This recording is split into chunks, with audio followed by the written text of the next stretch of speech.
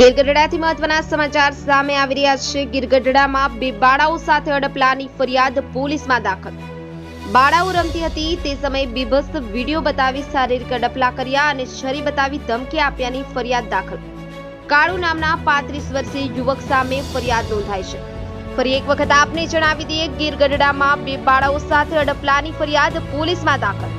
કાળુ નામના 35 વર્ષીય યુવક સામે ફરિયાદ નોંધાઈ છે। બાળાઓ રમતી હતી તે સમયે બીભત્સ વિડીયો બતાવી શારીરિક અડપલા કર્યા અને છરી બતાવી ધમકી આપ્યાની ફરિયાદ દાખલ।